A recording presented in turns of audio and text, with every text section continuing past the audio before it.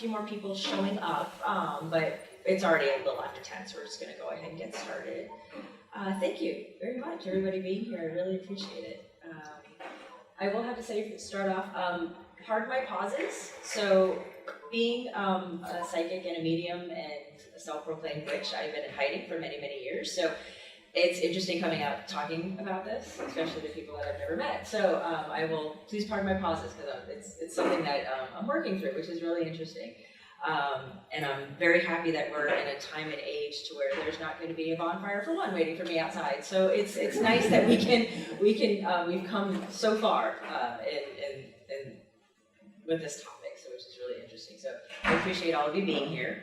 I'm sure some of you have probably seen ghosts or just want to know more about it, or, oh my gosh, are you crazy? What is this all about? So that's kind of what I'm here for. So just a quick little bio of me. My name is Amy Politano. My business is La Donna Strega, which is witch woman in Italian. Strega is known for witch or psychic or medium. Italian doesn't have a different word for all of that. It's just kind of all encompassed, and so I'm Italian. And so that's one of the things that I've kind of emanated to. I don't really put myself into a particular box. And so I just kind of, life is life. We all have our own ways of doing things, our own way of seeing things. And when you're a medium, there are so many different things that you can do. So I thought everybody had the gifts that I have until I met some people, and they're like, oh no, not everybody can do what you do. So it kind of all started off with claircognizance, which is you just know something's there. And I feel like that's been my whole life. Just ever since I was a child, I always knew when something was kind of off, or there was a spirit, or when you're young, you don't know what it is. It's usually your imaginary friend, which, come to find out over years of research and development, a lot of children that have imaginary friends, people say those are their spirit guides. And so whenever you see a child talking to somebody, encourage it. Don't be like, oh my gosh, what are you doing? No, encourage that. And they have a friend, and it doesn't matter if it's their stuffy or the spirit talking to them, as long as it's good, positive things, right? And then I kind of became mediumship, and seeing the dead was probably before I was 10 years old, I recall it. It really came out when I was 13. My mom and my aunt and I'm from South Florida, and we would drive up to Sarasota and Savannah, Georgia, and they wanted to hit every single old cemetery along the way. My family's always believed in past lives, even though they were Catholic. Very odd. My grandma was probably the most pagan Catholic I've ever met. She would go to church, have her rosary beads, and then come home and put them on her crystals and her pyramids to charge. Very interesting childhood I had. So, we've always believed in reincarnation and in past lives. My aunt and my grandmother would go to mediums as well, and I think my grandma went to a couple seances. I actually have a cassette tape of my grandmother under hypnosis talking about her past lives. So. I need to buy a cassette tape so I can hear it. It's from the 80s, so which is really interesting. So it's always been kind of in my family. And then probably around about 13, I started the clairsentience, which is being an empath and seeing people's auras. And that's always an interesting too, because everybody has an aura. You have your core aura, which is you, and then you have your outer one that makes your day. Right? Sometimes your day is because you just spilled your coffee all over you, right? And other days you wake up and your favorite song's on the phone, yeah, and then yours all bright and yellow. So it's interesting to see that. As since I've been doing this for so long, a lot of times I don't even see people's outer auras anymore. I just go right into it. I can see people just instantly. So a lot of people ask me, oh, what's my aura? I don't know. I can tell you what happened in your childhood, but I can tell you what you're in a good mood today. So it's always really interesting. And no, you can't turn it off. You can put a bubble around you. That's what I do. I just put like a little bubble around me. And so if I'm in a huge group, I don't go to festivals. I don't go to concerts anymore. It's just too much. It's just a lot of people. And it's a lot of energy to build your bubble so it doesn't hit you. Because when you're an empath, you not only can see what people are going through, you can pick it up. It can attach to you. So like if you're having an awesome day and you go up to somebody and you don't even realize it, bump into somebody at the grocery store that you don't even know, and then you're like suddenly in a foul mood, you grabbed part of their aura because they're emanating it so much, right? And so that's why I put a bubble around me everywhere, every morning before I even leave the house. I've got a little bubble. And it just protects me, because that wears you down. And when I didn't realize that in my 20s, it was like I was so tired all the time, and I would get into these little funks. I'm a very positive person. And then reading some books, it was like, oh, that's what's happening. Okay, so then you have to adjust. So it's continuously learning. It's always evolving and developing, which is really interesting. When I was about 15 years old, I started to have clairaudience, which was hearing ghosts. That's always interesting, because sometimes you hear them before you see them, and it's like, wait, what? What's happening? And then when I was about 20, 21, I started oh my gosh, I can't really pronounce this one, clairaudience. It's smelling. So if you walk somewhere and you suddenly smell grandma's apple pie, maybe grandma's coming down to say hi, you never know. Or somebody's just baking apple pie, and it is that. But when you're doing a reading, I can smell things, which is really interesting. My mom will come through, my aunt will come through, and I can smell their perfume. If I ignore my mom, she'll blow cigarette smoke in my face because I hate it. So, okay, Mom, I hear you. What do you need? So that's when you can smell things, right? So, which is always very interesting. Now, past life regressions, and it's also called retrocognition. About 22, I really started that. So I was raised Catholic, and then when I was 19, I did not like the monetary side of things. I was with my first husband, and we were at the church, and the pastor said, "Remember us in your wills, our air conditioning is expensive." And I'm like, wow, that's so gross. That is not what this is all about.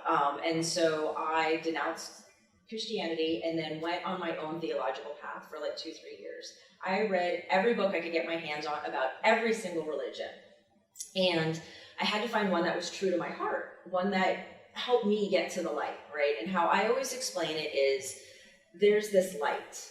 It doesn't matter how you get to it. It's Christianity, Buddhism, Muslim, paganism, tree hugging. Just get to the light, right? And that's being an honestly good person.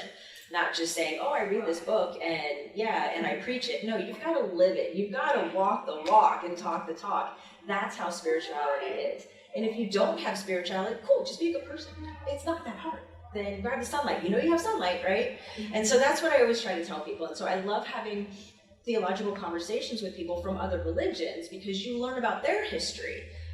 Because we have been spiritual people. Humans have been here for about 1 million years. We believed in nature, and then it turned into spirits and deities, right? Because we all want to have connection to something. We all want to feel like we're part of something, and we are. We're all humans on this earth. We know this earth. Now, when I talk about the ether, am I right? I have no idea. Is anybody right? We have no idea. So that's what kills me about some religions. This is the way it is. No, this is the way you think it is. Nobody knows, right? But if you just have that light that you can grab onto, that's what we need to know. And that's what makes you just good humans. I've had some of the best conversations with people from very diverse different religions. And it's having that open mind to where you don't attack each other for what you believe. Because it doesn't matter, as long as the end goal is you being a good person. That's how I revolve, right? And so when I'm working with spirits, it's, are they a malevolent spirit? Are they a good spirit? Are they trapped? Do they want to be here, right? And so there's all this that kind of ties around it. And so I use all my different gifts of being able to smell them and hear them and talk to them and see them, and just kind of just to help. And that's what I'm here for. I'm here to help the dead. And then I've decided, I guess I can help the living too. Because a lot of people don't want spirits in their house. People don't want a spirit attached to something. And so I can release that. So that's kind of where I'm at now, is just kind of helping others as much as I can with the gift that I have. And so when I was about 22, 23, I started automatic writing. That's just writing in kind of a trance state, if you will. I found out a lot about my past lives that way. I've spoken to other spirits. I've got closer to my spirit guide in regards to that realm, which is really interesting. And then when probably about my mid-20s, I really started to become a healer. I've always been a healer. There's a thing called laying hands on. Native Americans did it for, thousands of years. And so when I lay hands on someone and I focus on that, I can find an ailment. I can see what's wrong, and I can heal it with certain things. My brothers are amazed that my 91-year-old dad survived double pneumonia with COVID, as well as a blood clot and a brain tumor. Well, that was a whole week of me just pouring so much energy into him. Can I say it was the doctors? No, because it was the most incompetent doctors I've ever seen in my life. And so that's what I'm here for. And my dad's 92 kicking it, and I'm going to be spending Christmas with him. So, you know, that's what I do, and that's what I love to do, is that. But laying hands on somebody, you learn everything. So that's why I only do it for family, because I will see your childhood, I will see your traumas, I will see your pasts.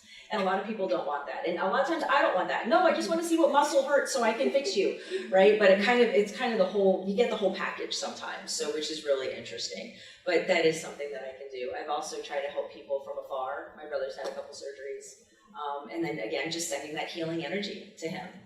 He had a surgery on his bicep, and when my mom was still alive, we were talking about it. She's like, yeah, the doctor said he's never seen anybody heal that fast. Cool. Thank you, Karma, you know, and thank you, Goddess. It's, you know, but that's just it. That's what you do, is just send that energy to people. And it's just keeping that positive energy flowing all the time. So about my mid-30s is psychometry, which is touch. And ever since I realized I can start touching to do things, wow, that just changed everything. Because it's always really interesting to touch an object and then kind of get pulled back in time. Because the first time it happened, it was like, whoa, what was that? Oh, wait a minute, that's what that was. And then I was like, ooh, I want to know more, right? And so I'm always constantly learning. And so I'm 50 years old now. I've been like this for, 35, 40 years, and it's something that I finally have embraced. And so once you embrace it, it comes more, right? Like whenever you think, oh, that's so-and-so on the phone, go with that. Everybody has this in them, and you just have to open up your own doors and windows to get to it if you want to. And so it's just tapping into that energy. And again, everybody has it. Everybody has that ability. So if you kind of want to be a little bit clairvoyant, that's what saves us. That's what makes cops good cops. That's your intuition. That's what all of it is. It's your body is in tune to the earth, and everybody connected on it. It's just whether we want to listen to it or not, right? And so when I moved to Oregon several years ago, I've been now in New York for 2 years, and then I was in Oregon for 24 years before that. In Central Oregon, in Bend, a couple ladies started Bend Ghost Tours. And she put out an email just to a bunch of the businesses. I was working at an art gallery at the time, and she's like, yeah, if anybody's interested in the spirit realm, wants to help us get our business going. And so I emailed her. I'm like, hey, I'm a psychic medium. I talk to the dead. Would you like to chat? And Meg and Wendy are now my best friends in the whole world, and they are the reason why I am here today.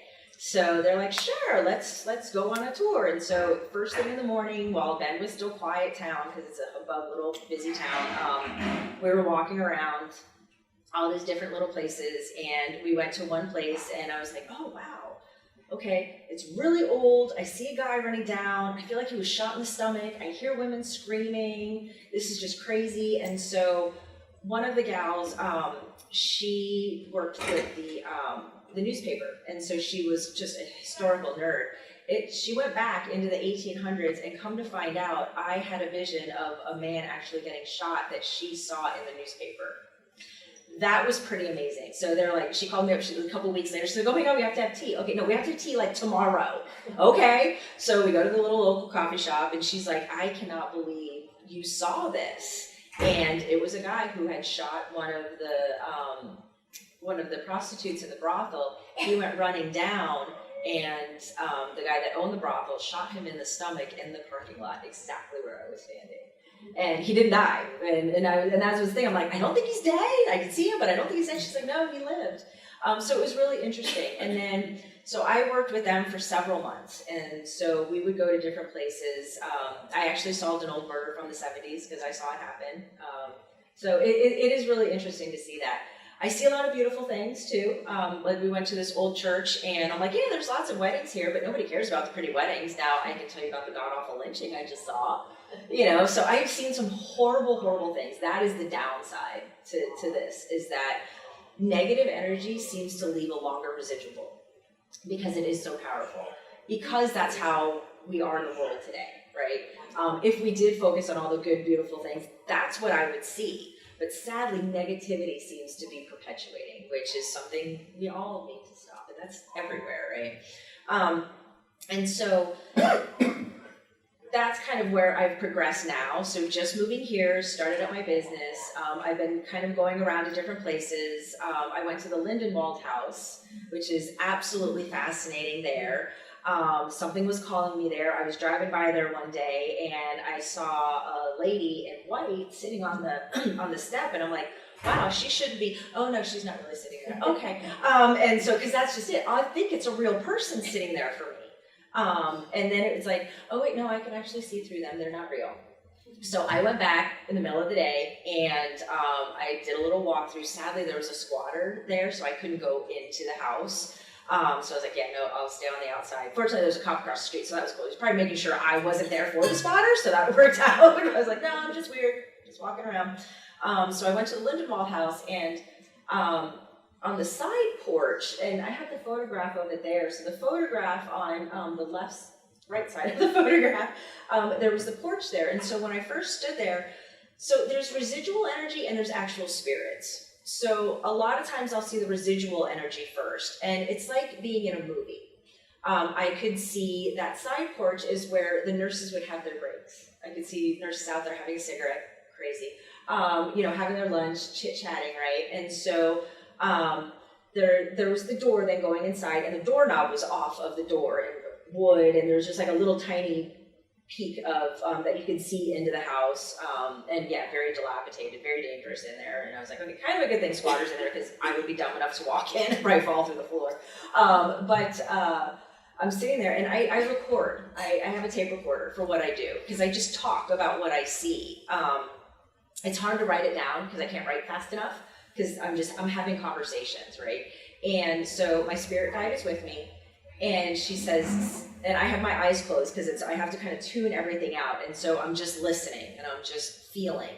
And my guide, she's like, there's somebody looking at you, and I'm like, okay, is it like a real person looking at me or just a ghost? She's like, it's just a ghost. I'm like, oh, okay. And then it's like, I'm afraid of the real people, not the ghost. And so I kind of look into that little spot, and there was an old man, and I'm like, hi, how are you? And he's like, good.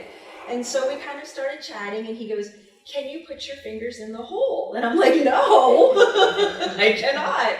And you never let a spirit touch me, ever, ever, ever, ever. It's just never. That's just bad news bears waiting to happen.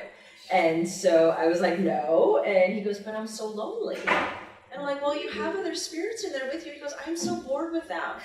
I can't make this up. I'm seriously, the things that I hear are hysterical.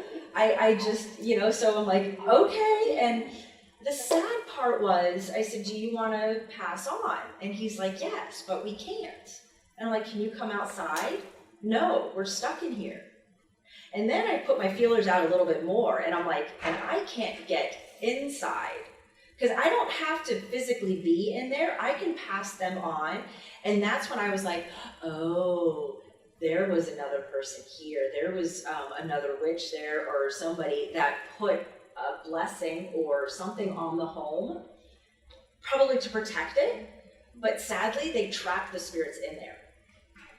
And so the older lady that I saw, she didn't want to leave. She's very content. So I don't know if she's like a nurse there, and that's what she's there to protect it, right? She's there to protect the people there. So maybe if those spirits go on, then she'll go on. So that's always really interesting.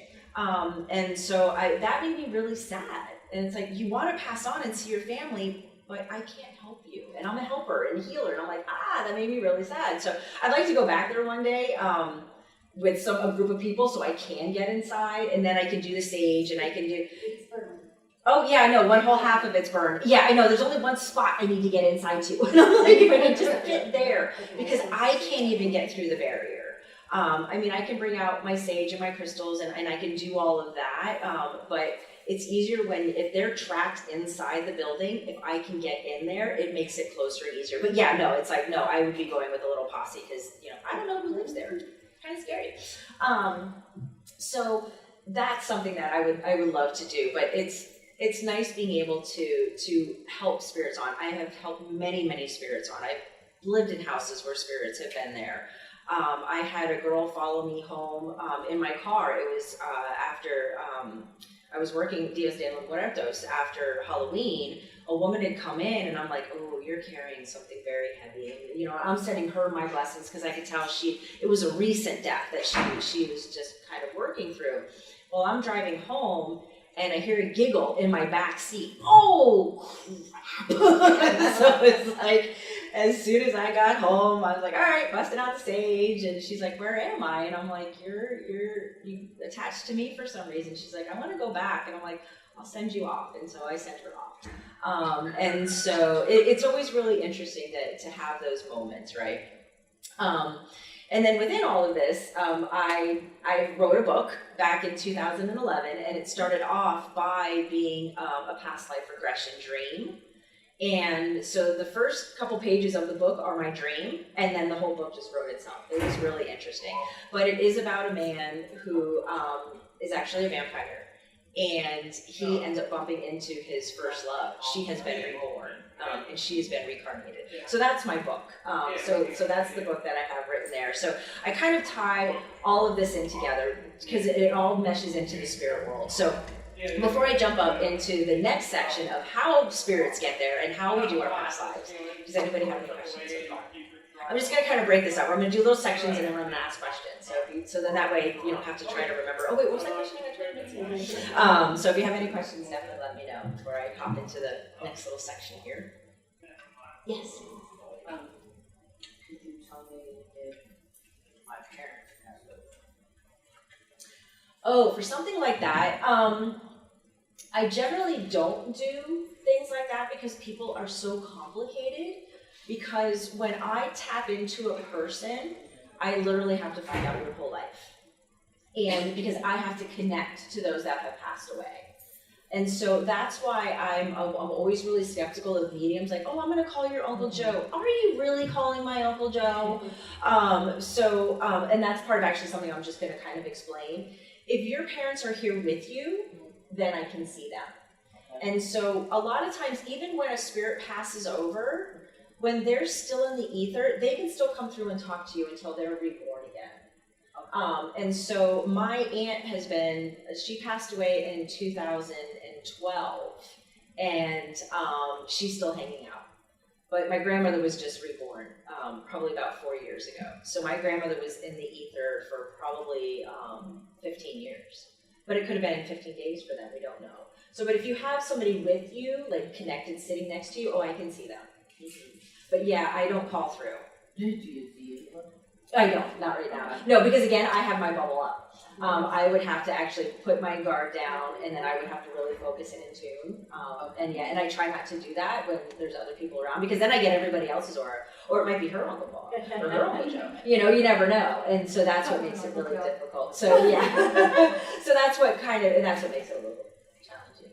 Yes. This might be part of the next section you're going to, but do the spirits have a choice of, do they want to continue on? I always think of Ghost. That's one of my most favorite movies, and I love how they shadows with the evil and the light, and how Sam says, no, I'm not going there. Yeah. Spirit, I just thought that was a really cool way to show that. Mm-hmm. Is it somewhat like that? Does a spirit have that choice to say, I'm moving on, or no? I mean, I understand trauma, like they might not be able to, but do they have the choice if they want to? Yes, and what I have found they do. Because a lot of times they don't want to leave. I lived in a house where a woman, she fell down the stairs and she fell through the window and died. I named her Claire. And she actually saved my life from falling down the stairs. I would have died the exact same way. I went to step over my cat, shocker, and my foot slipped, and I had my hand on the banister, and I could feel somebody else's hand holding me there. And I was like, Claire, thank you. And I just heard, wow, that could have been awful, you know? And I asked her, I said, do you want to go on? She's like, no, I want to stay here. Okay, you can stay here. But there was a little boy that was trapped there. I would hear, every time I closed the closet door, he would cry, and his dad used to lock him in there when he was a child. And for some reason, I don't know if he died in the house, but for some reason, he was attached to the house. And so I sent him on. I didn't even ask. I'm like, oh honey, you're way too young to be here, so I sent him on. When they stay there, how long do they stay there for? Forever. Like the people at the Lindenwald house, when did that burn down? So they've been there a long time. Claire, I think she passed away probably in the 30s. So she was there for a good 70 years.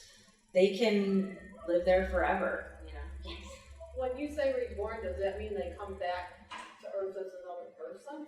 Yeah, so when you're reincarnated, your soul is the same, but yes, you have a new physical body that you start because you have to learn something in every lifetime. Every lifetime is a lesson. So these are books from my own personal library. I think we do have a few of them in the library here. But Journey of Souls and Destiny of Souls, my uncle just bought these for me. I just found out 2 years ago that my uncle is also a clairvoyant. He's a retired NASA scientist, smartest man I know, and I'm like, wait, hold on, a science guy? He's also a spirit guy? So we've been on these amazing just quests, and we'll talk for hours on end, and he goes, I'm gonna send you a couple books.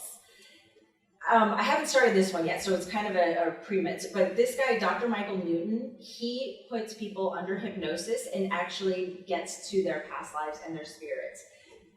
So eye-opening, and I'm like, oh my gosh, this has made so much sense because this ties into a lot of my visions. This ties into what I talk about with my spirit guides. So yes, so now I'll jump into the ether part of things, which is really interesting. Can I ask a question about aura? Yes. Is it just one color, or can we have like Many layers. So like I was mentioning before, you have your core aura. That is your soul. That is what you are carrying, right? And so they're usually yellow, they're blue, they're beautiful, right? And then some people get mixed up in some things, or they get on the wrong path when they're young, and then that's when it starts to kind of change. But then you'll have your daily aura along the outside, you know, like I'm having a great day, or like I said, I spilled coffee on me, this is awful. But you still have that core aura. So whenever you're going to read somebody's aura, yeah, you have to get through the layers of it. It's very interesting. Yeah. Yeah. Did you have another question? Yeah, what color is it? If I'm sitting there, what color is mine? Again, I don't have I keep my bubble on, I don't see that. And so, I know, that's why a lot of people ask me that, and that's also why I do objects and places, because people are so difficult, and I have to jump into somebody. That sounds kind of weird, but it's like laying hands on you, I have to kind of really get in there. And so I don't normally have that turned on. But like if we were just in a room together with an object or a place, then I would be able to do that a little bit better. Yeah. Can I ask you, how do you have the bubble? Like, do you manifest it, or do you, Yeah, so like every morning in front of my altar, it's, it literally, and everybody does it a little bit differently, but this is the one that felt right for me, and I can't remember what book I read it in eons ago. But yeah, before you leave the house, you just imagine a bubble around you.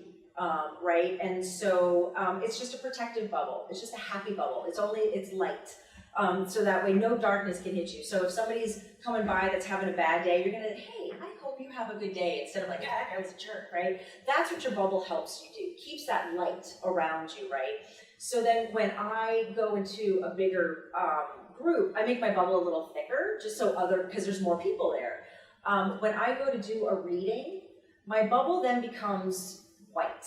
Like it's not, you can't see through it, because I don't want a spirit seeing me, okay? I don't even want them to know that I'm there. So when I then want to converse, I lighten my bubble up a little bit so I can see them and maybe they can see me. And once I know they're safe and they're good, then I'll make it a little bit lighter so then we can actually converse and talk to each other. So it's just how opaque or how clear you want to make it for how much protection you need. If I'm having a crummy day, if I spill my tea on me before I leave the house, I make my bubble thicker. So one, I can keep my light in, but then also I don't spread that along to everybody else, right? Because like before I was aware of this, I would have clashes with people, and I I had read something about that, so I just pretended that, because it was a weird, it was on a different level, but we did not get along at that level. And I just pretended that I had this bubble, but I didn't really believe in it, but If you're doing it, you believe in it. Yeah. You just have to Well, believe at first for it. I didn't. At first I didn't. It was, yeah. Yeah, no, and that's exactly what you're doing. That's your intuition saying, "Oh wait, I need some protection." I even got a crystal. Perfect.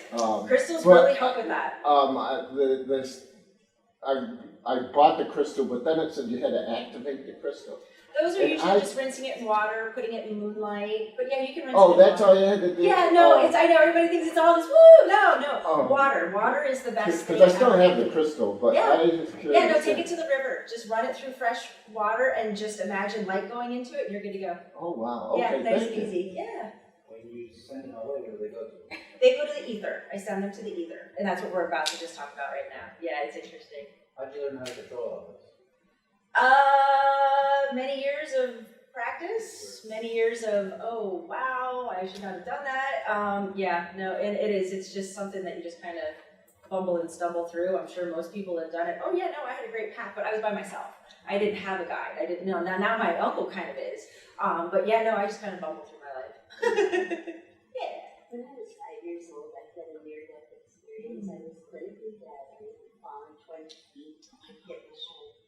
And it was in the ambulance, and I remember floating out of my body and watching them and thinking, oh, just please let me, I was so happy and warm and felt content. Yeah. And then I saw beautiful lights that I can't recall, but it was colors I'd never seen before, making my way up to the tunnel. But then I woke up and they somehow revived. It was not your time. And I'm just wondering, my personality changed dramatically. My mom said, from a scared little girl to this bright and sunny cheerful. That's home. yeah. But is there any corollaries with what you do for the near-death experience? Because I went to UB and they hypnotized me and recorded it, and all I kept saying was, I didn't want to come back. Yeah. I mean, I don't want to. Yeah. And I just was interested in if there's any corollaries of what you do. I've actually had two near-death experiences, and that's exactly it. You see the light, you see the tunnel. It's very interesting. You see your life flash before your eyes, and then you come back. The first time, my spirit guide just said no, and so then I came back. The second time was my spirit guide's like, it's not time yet, you have things to do. You have people to be with. And so I came back. And so both of them, yes, drastically changed my life in many ways. And it got me closer. Because then, I think, now, okay, I have seen the ether. I have seen that door open. So then my spirit guide was even stronger. I was able to talk to her. I talk to her all the time now. She just doesn't come at certain times. Now she's always there with me, which is really interesting. So that's something that I kind of wanted to talk about. So we have the ether, right? And some people call it heaven, nirvana, Valhalla, whatever you want to call it. So I just think of it as the ether itself. And so we have our tunnel, right? And so how I like to see it is when I'm doing things, we have a window and a door, right? And this window and this door connects us to the tunnel that people see, which connects us up into the ether, right? Well, I like to call this little place here the in-between.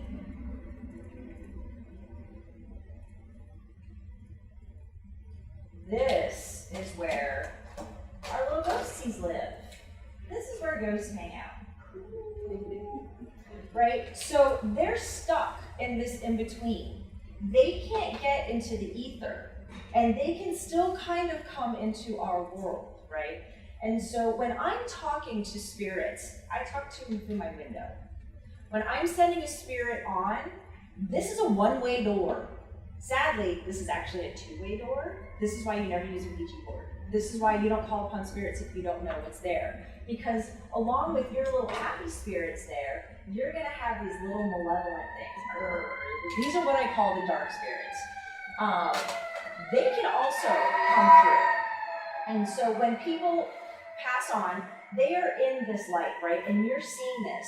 But that's when the ether says, no, you're not allowed. You don't go through that tunnel. You're stuck in that tunnel, so you get sent back through the door, right?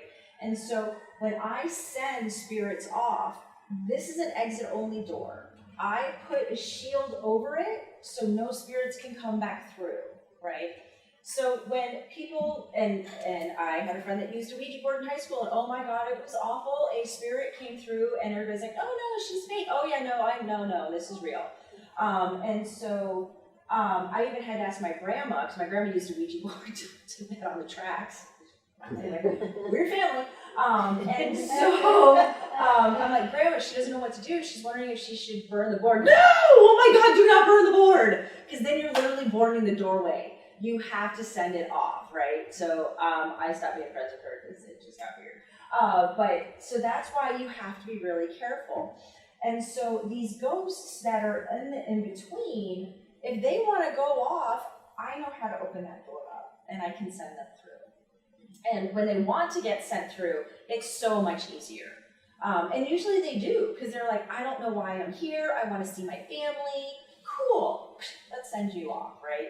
And then you have these malevolent spirits here that are feeding on that darkness. They're just waiting for that door to come open so they can come through. I actually had to do an exorcism on somebody because a malevolent spirit attached himself to him. I had to banish one out of a home that I lived in with my mom. That spirit did not want to go. I had to fight through the whole house. It sounded like a cat at one time. It sounded like a little kid crying. And I'm like, oh, you're not making me feel bad for you. You're just pissing me off. He was hard. And those are really weird because I've had conversations with people. I did a podcast with someone just a few months ago. I need to get it up on my website as well. We were at the Ithaca Cemetery. And he was like, so what do you call a demon? Because there's a daemon and a demon, right? Two different things. To me, a demon is just a malevolent spirit. Was it human at one time? Most likely. Has it been roaming this world in negativity? Probably for thousands of years. Again, we've been here for 1 million years. Some of these malevolent spirits, they could be 500,000 years old. I'd be pissed off if I was still stuck in 500,000 years too, right? And so, but we don't know what they want, but they do feed off the darkness because again, negative energy carries further. And that's a cycle like I said, we all have to break, right? And so how I see it too in the ether, and this is something that the Journey of Souls went through really good. And this is actually, that book helped me be able to put it on physically so I can show you guys. So when we pass on, we go through and we're all in the ether. The ether is full of billions of souls, right? Well, then we have all of our spirit guides. And all of the spirit guides are also in the ether. And the spirit guides can come through and attach. Everybody has a spirit guide.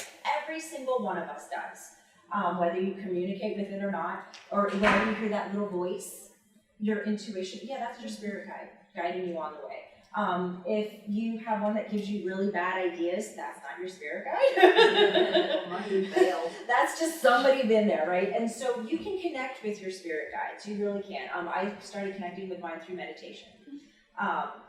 And then spirit guides have spirit guides. And then those spirit guides have spirit guides. Because again, we've been on this earth for 1 million years. That's a lot of souls.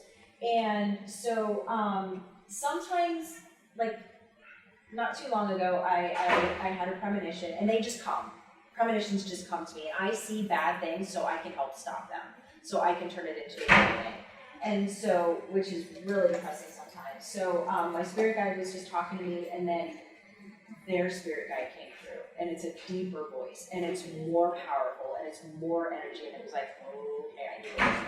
Because if you're coming down talking to me, you've got something important to say. And so that's where we have to kind of get connected. So another thing that I thought was really interesting, so this is us, right? And we have our very first life. Maybe our first life was only 1,000 years ago. I know my past lives span back many years. I helped build the pyramids with my dad. So I've been around for a really long time. So every time you have a life, you kind of get a little notch, right? And once you have lived every single life that you have possibly lived, once you have learned everything you need to learn, there is, the Krishnas believe that you are everything from an ant to an elephant, a pauper to a king, an invalid to a genius. You have the whole spectrum because you have to learn everything. You have to learn goodness. You have to learn strife. And once you've encompassed all of that, your final life, then you become a spirit guide. And once your spirit guide guides all the lives they need to, once your spirit guide does whatever they need to do, then they go on to the next level. So the journey of souls was really amazing to really help kind of describe that. And I thought that was just a really good way to kind of encompass it and think about it, because we are all connected. Something too that I just read, which blew me away, and I've heard about it before, but reading it too, it makes, okay, now I definitely want to research this a little bit more. One of his patients was talking about they live dual lives.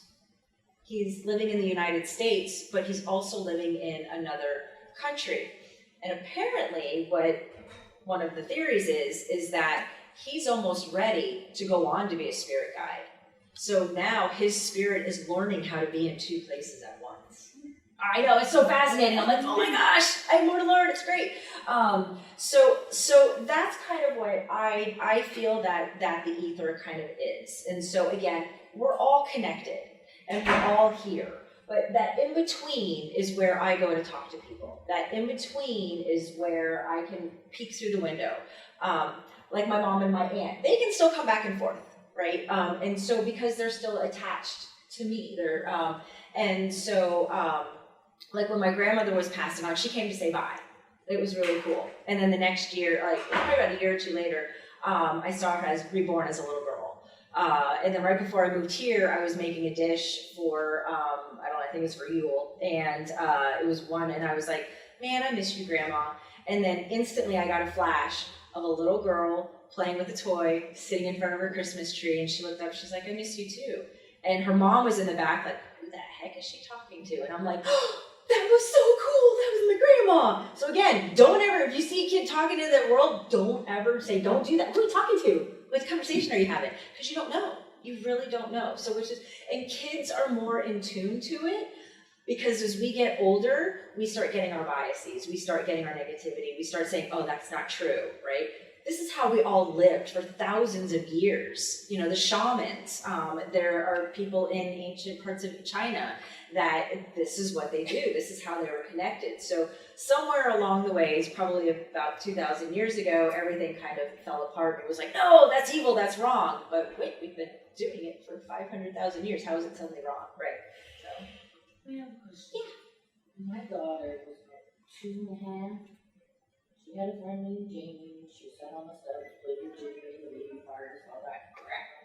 I've never seen Jamie, but Jamie was there. And then she said, you can hear her in the middle of the night on the steps. yeah.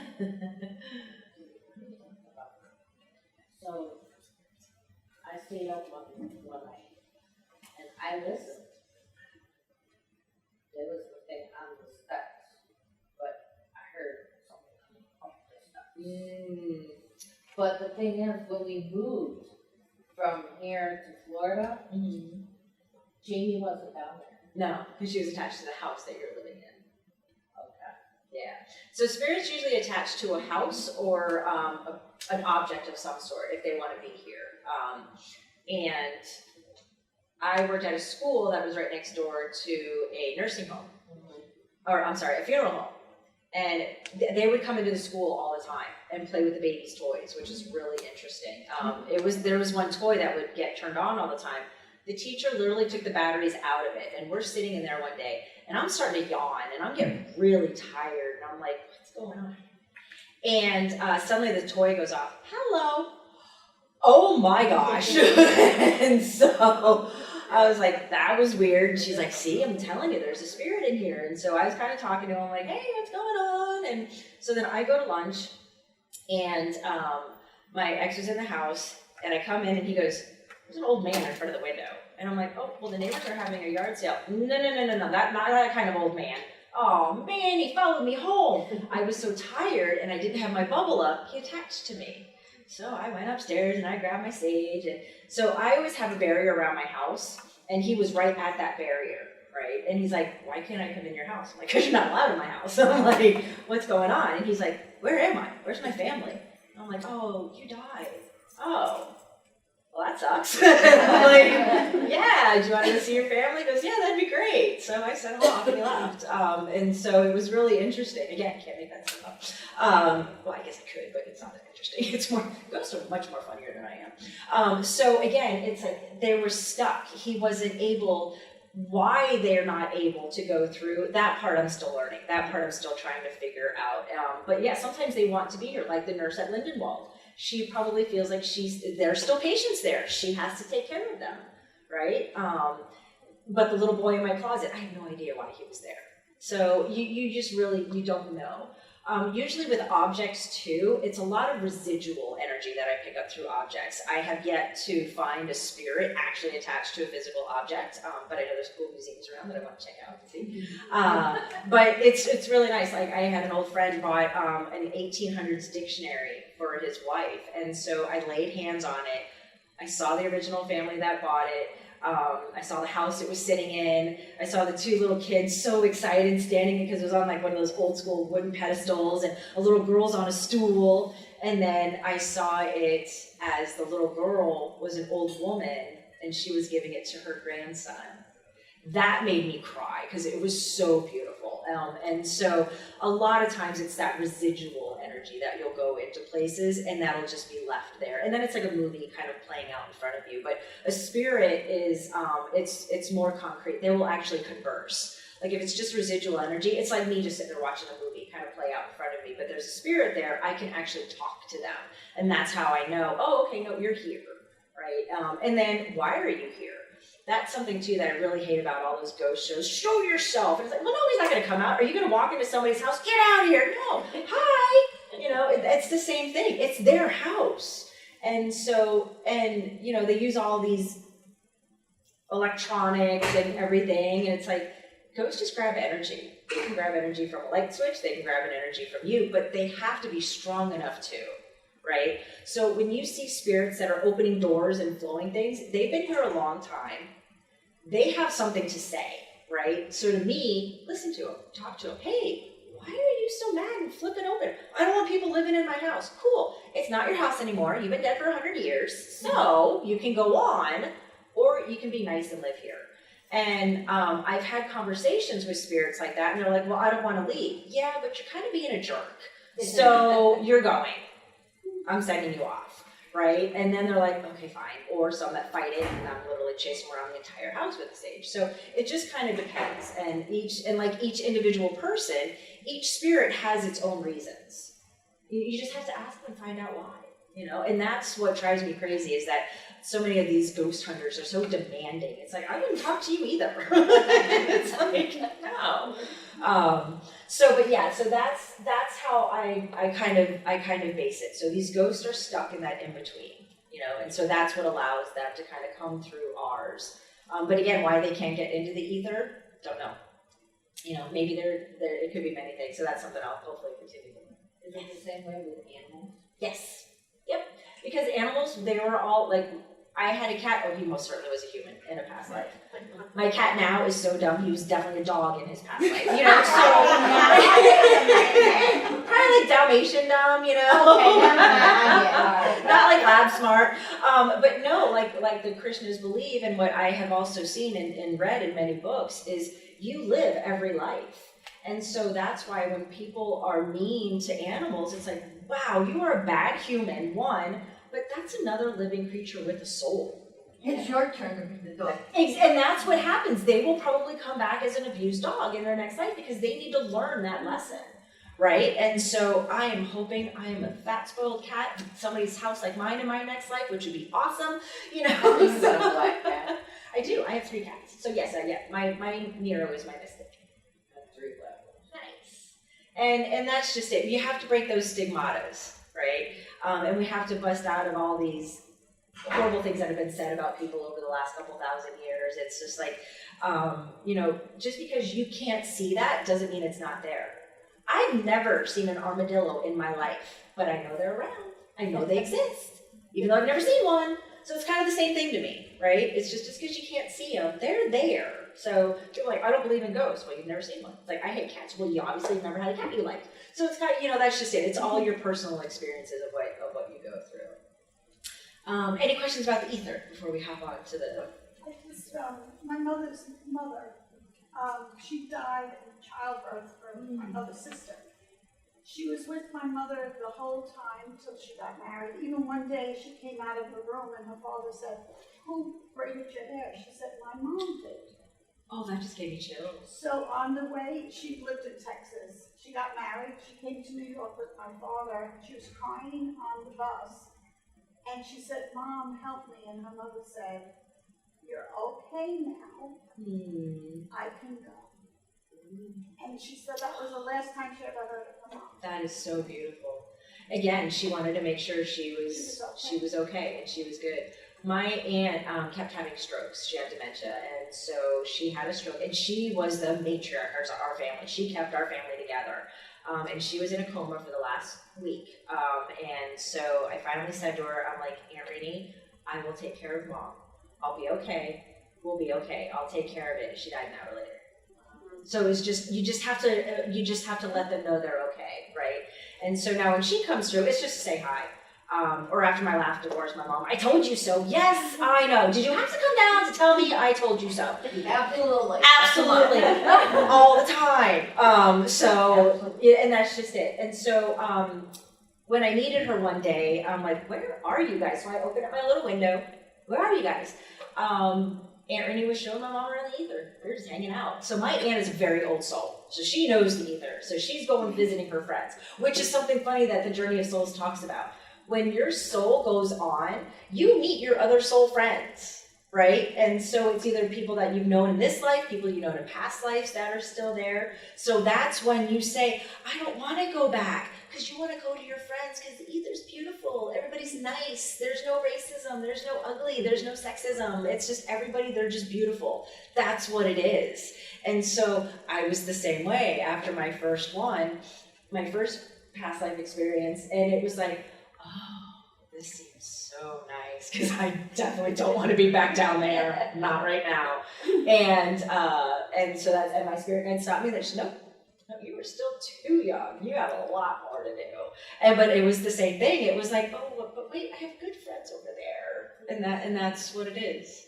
Yeah. Is the ether connected to what I believe is God? Yes, and that's where, and then some people believe like your spirit guide, they have their spirit guides, and it eventually goes up to a divine being. But again, we don't know. We have no idea. And yeah, for Christians, it's just the one God. For a lot of polytheists, it's many. I pray to a lot of Roman and Greek deities. And so like Fortuna, every day, Fortuna, I pray for everybody that travels and everybody around me that travels. So I picture a white light around my car and then every single car that's going to be on me on the road. I have a friend in Italy right now. Okay, I put little white lights around all of them and their airplane. And then everybody in that plane is going to have a safe journey, right? And so Fortuna is, because she is the Roman goddess of travel and good fortune, right? Tike is a Greek goddess of money and finances and prosperity. So, you find yours that you, oh, I'm telling you, Tike every morning, come on, darling. But you have those that you connect with. And so a lot of mystics and mediums and witches, you have your main deity. And you try to connect with them. So I connected with mine, and you usually do meditation. And Morgana, the the Celtic goddess, she is my main goddess, which is really interesting. I'm very, very in tune with my Celtic side of my family. So my mom's, they're Irish and English, and my dad's 100% Italian. So, yeah, I'm a little feisty. That's a great combination. Yeah, so, but I'm very in tune with my Celtic and my Irish, or my Italian side very, very much. But with my past lives, I've been Roman so many times. I fought with Caesar. I've been a farmer. I had an olive orchard. And so you connect with those past lives. And so whenever you go into the ether, you have that, you come back, you still remember everything, but we forget it as we get older. So there was this really cool show a while ago, and it was about children under 5 years old that were still having visions of their past lives. Mm-hmm. And there was this one little boy that could not get this fighter pilot out of his brain, and his family was like, what is going on? You know the story? I saw that one, yeah. They found him. He had died during World War II. It still gives me chills. That he died during World War II. He knew the plane he was on. He knew the name of the plane he was on. It took a doctor to say, hey, wait a minute, let's start doing some historical research there. And then they went out into the ocean where the plane went down. It's oh my God, see, so I'm glad you've seen it, so you know where I'm at right now. They go out there, this boy's like 5, 6 years old, right? He is sobbing like a man that had just lost his whole family. As soon as they put the wreath in the water, the boy was free.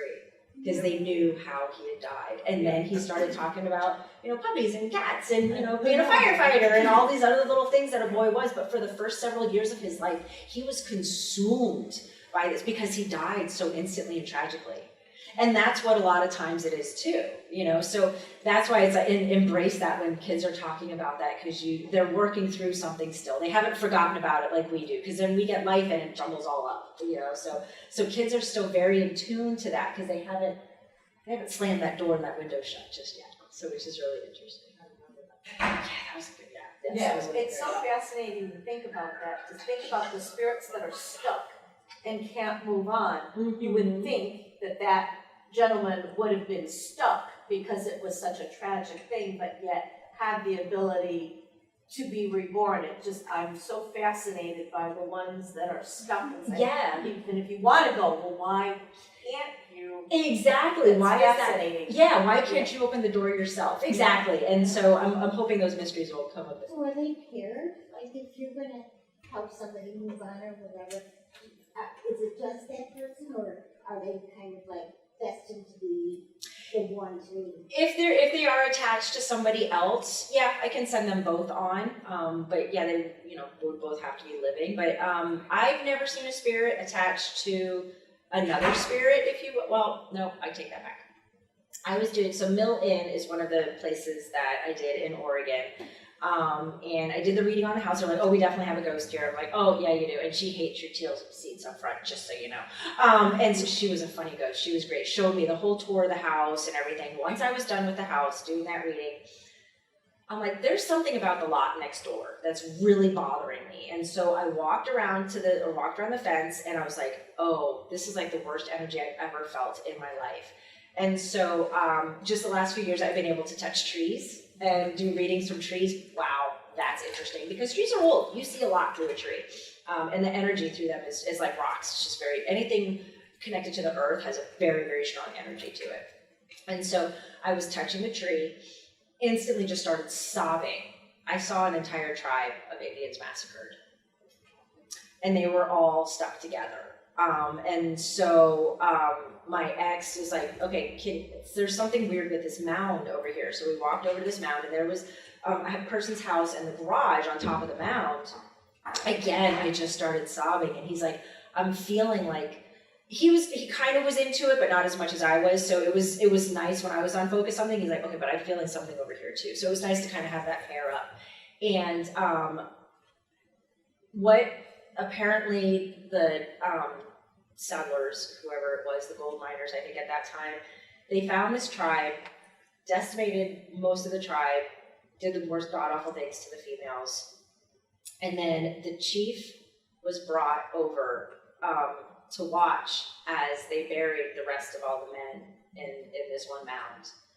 And then they sacrificed the chief. And so all of those souls were stuck together. That was probably one of the worst visions I've ever had. And to hear the screaming, to smell the fires, to feel what those women were going through, hearing the men crying as they're being buried. It's horrible. It's truly horrible. And that was a lot of souls. So when you have a lot of souls like that, to me, the only people that are strong enough would be a Native American tribe, because they are actually attached to this earth. And so, I think to send off that many, it would take more than just one person. I certainly do not have that much power. I don't ever want that much power, because I don't know what's going to come with it. But that's the only time I've ever seen numerous souls stuck together. It's when it's a massive tragedy like that. Yeah, it's harsh. I don't want to make this a political thing, but if a pregnancy is terminated, what happens to the soul? The body wasn't ready for it yet. I've had 2 miscarriages. One of them, I even had her name. I was that far along. And when it all happened, my spirit guide was just, she's not ready yet. I'm sorry.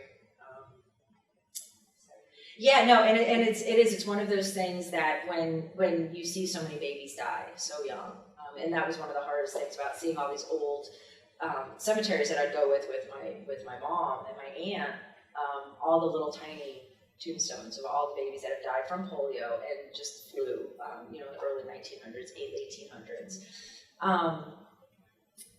Sometimes it's like, yes, their soul wasn't ready, but maybe it was because I had to learn something. It was my test, it was my trial. But actually that was one of the first premonitions I had when I was 13, was me dying while giving childbirth. I bled to death on the table, and I was like, wow, that was awful, as a teenager.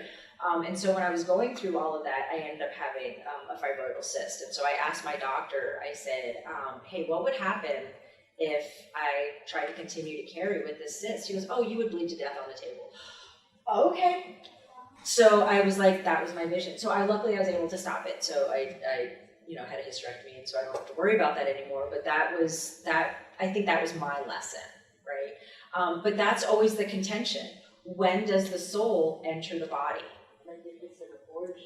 Yeah, right. And so is it, does the soul enter in at 3 months, 3 weeks, when it's born, right? I could not talk to my child, so I don't think it had a soul yet. And and I was about 3 months along, but I don't feel that there was a soul in there yet. But when that happened, nobody knows, right? And so that's why I think a lot of spiritual people feel that, nope, as soon as that conception's done, it has a soul, right? And so that's why they're like, no, abortion's bad, you're taking away a soul. But is it? And that's, we don't know. Nobody knows. If anybody says, yes, I know, oh, really? How do you know that? Exactly. I've seen the light a few times. I still don't know. But that's where our beliefs come in, and that's what makes us attach onto it. So I feel every situation would be a little bit differently. But yeah, no, that's one of those profound questions. When does the soul actually enter into the body? Yeah, we don't know. My mom was in the hospital, and she had my younger brother, but he was put on a cream, so he drowned in her blood, but she died. Oh my gosh, I'm so sorry. And she remembers going up and seeing her grandmother holding the baby, saying, you've got kids that you need to raise, you go back, I'll take care of them. Aww. And that's always bothered. I would think so, but at least they were together, and that's just it. Your family always comes together. Your family's always your family, right? My mom and my grandmother and I, we all died on the Titanic together. My grandmother was my dad, my mom was my mom. Like I said, my dad and I built the pyramids together. We were like brothers, we were best friends. So you're always connected in one way or another to people. And that's when you reconnect in the ether. So when you can see that, you have to find the comfort in that. As hard as it is, that's where we have to find that comfort so we can make peace in our physical life right here. But knowing that we're connected, to me, that should make you just inherently a good person, right? It's like, okay, wait, yeah, we don't forget. We do know. And that's what makes it. and that's what is, and that's why I think so many different religions have so many different avenues to it, because everybody does believe something different. But yeah, like I said, if we just know we are all connected still for eternity.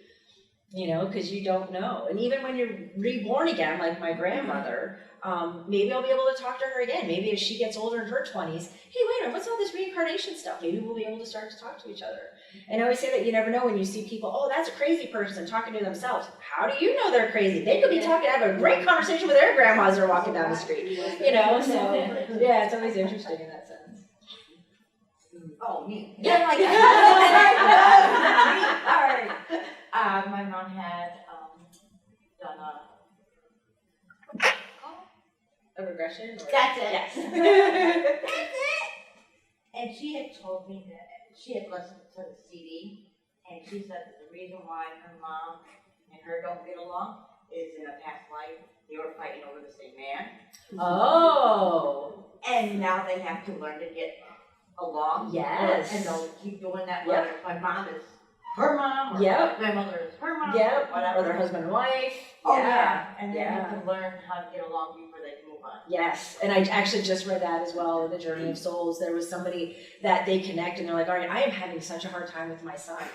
Past life regression. Oh, that explains everything. Well, my son is just like me, so.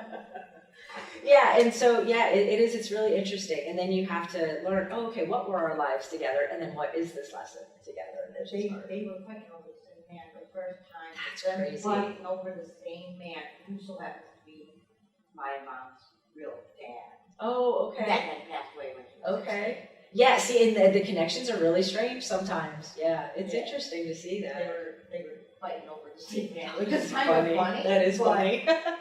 You know, Can my parents see me? Oh yeah, always. Yeah, and that's what's so comforting to me. I see death very differently than life.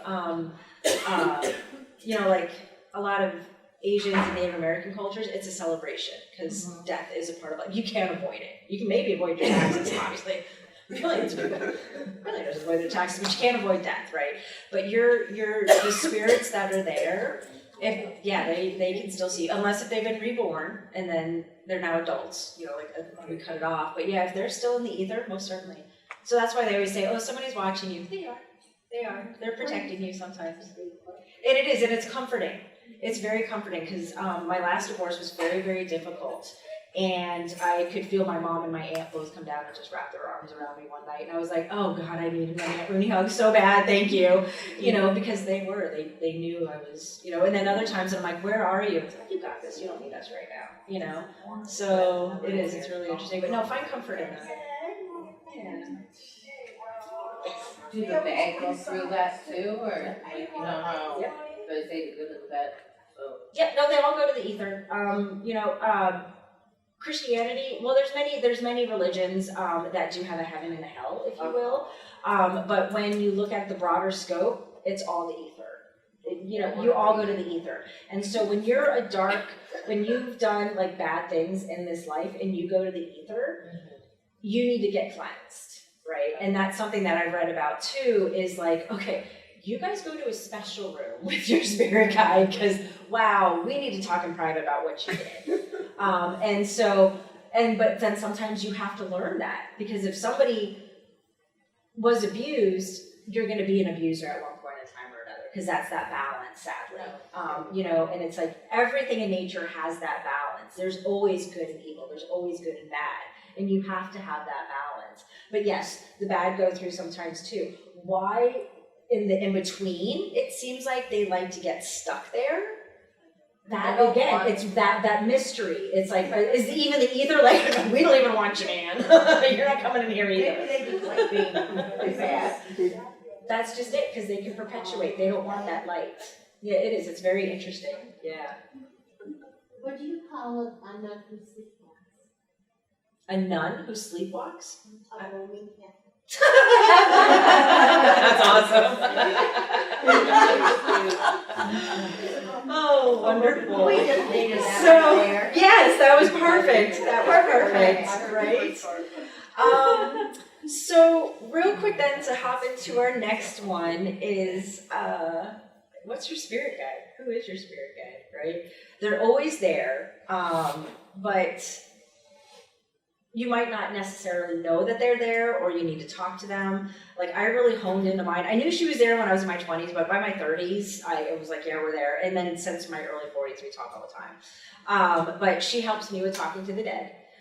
She also helps me with premonitions, dream analysis, opening the windows to the ether, with my clairvoyance and my sight questions.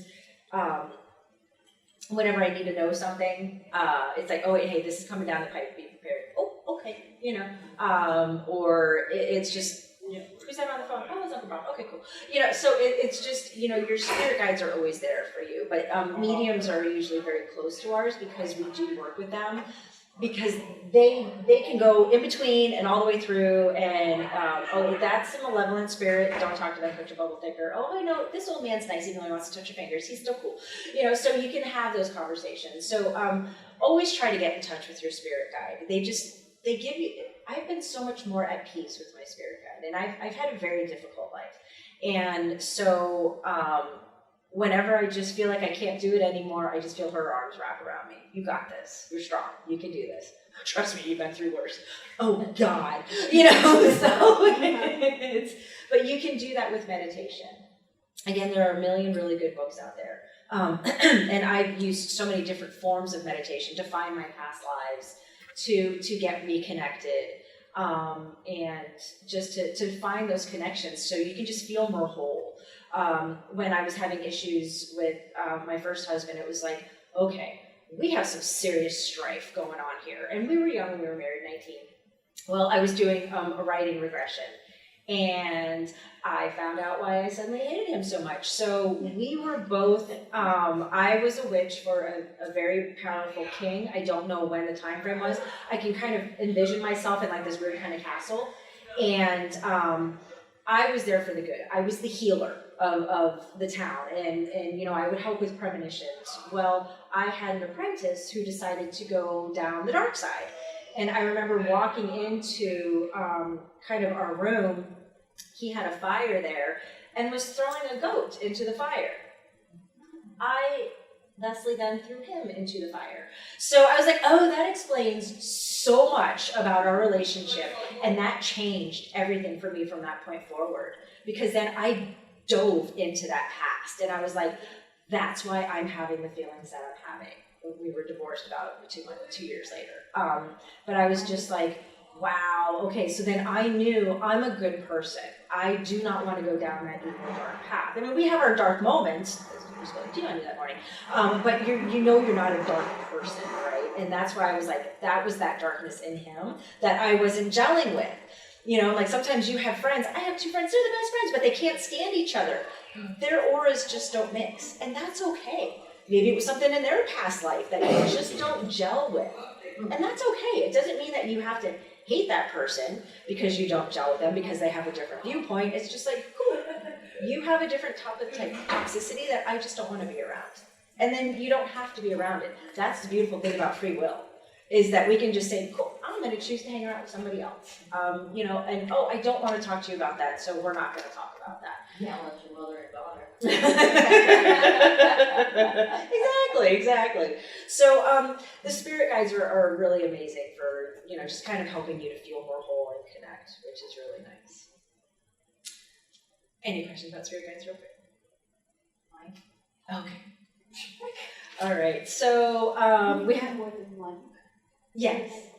Oh, more than one spirit guide. Yes. No, you have one spirit guide, but your spirit guide has a spirit guide, and then they have a guide. Like, it keeps going up, right? And so, like I mentioned before, my spirit guide's guide came down to tell me something.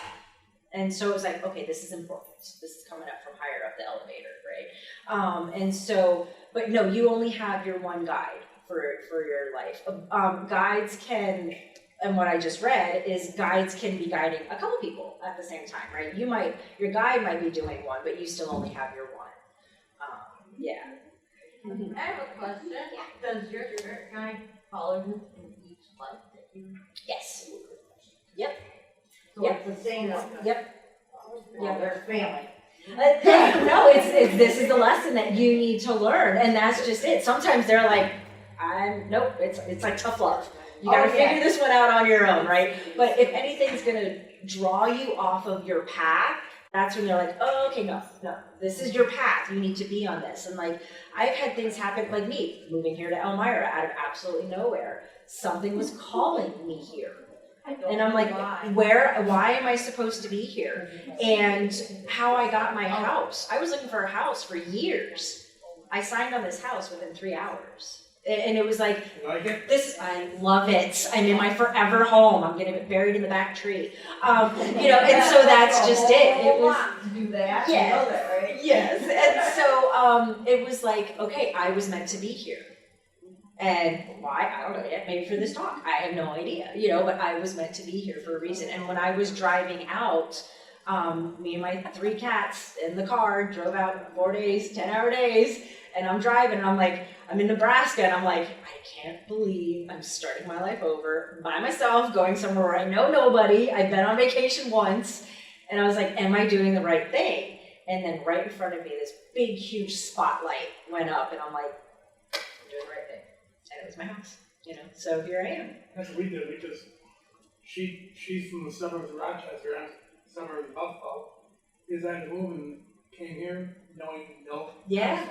Something's brought you here for some reason. Yeah. Been here for how long? 5 years, 6 years? There you go. Still don't know anybody, but yeah. Right. And you never know. It might be just, a boy drops his ball on the thing. Here you go. And then it just might be that one act of kindness, and that might be it. So everybody has a purpose in your life. And you don't know what it is until you're at the end of your life, right? And it was like, so when I had my near-death experiences, I was like, oh no, my job's not done.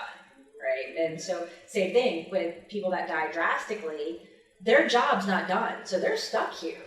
And like we see the movies, oh, it's because I need to find my murderer. Yeah, maybe that's why they're here. Or maybe they felt like they needed to help their child with something, right? But now their child's dead and gone, but they've never had that closure.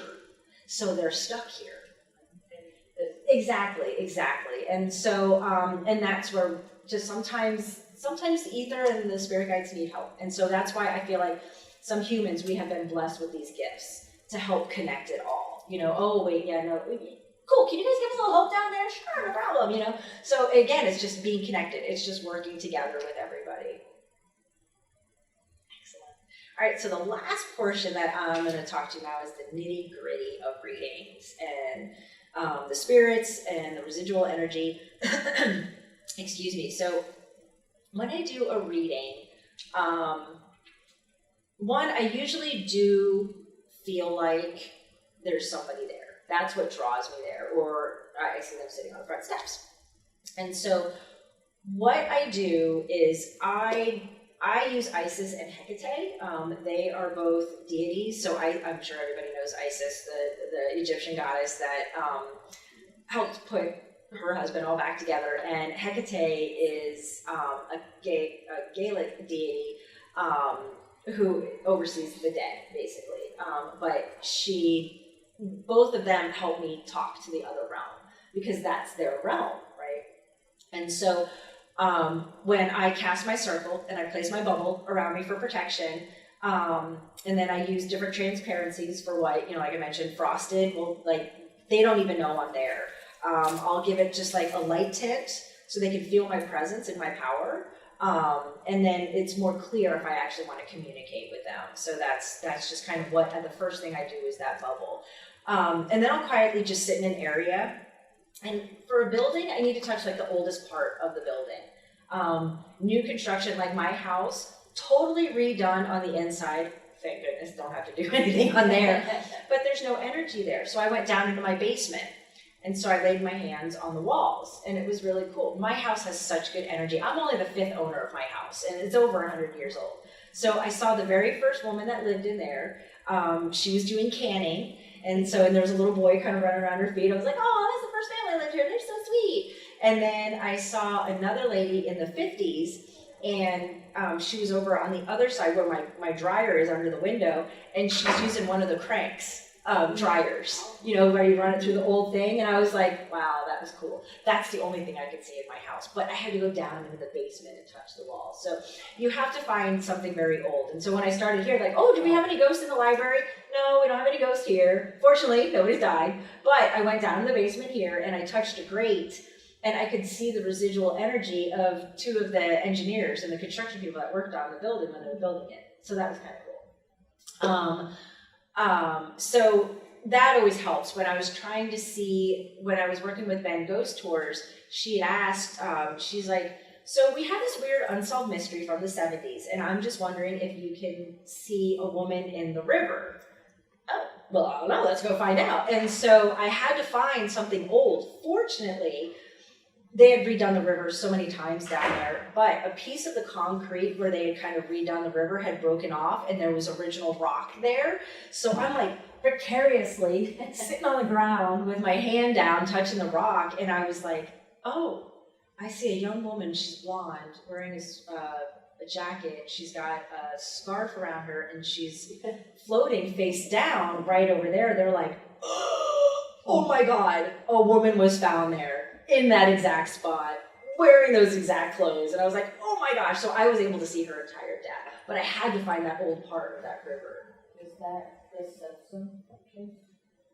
Honestly, I didn't know her name, but it was in Bend, Oregon, and it was in the 70s. Oh, it happened up there. Yeah, no, it was in Oregon. No, not here. Okay. So yeah, I have. There was an unsolved mystery for years, and there was a book that just came out about it. Oh, okay.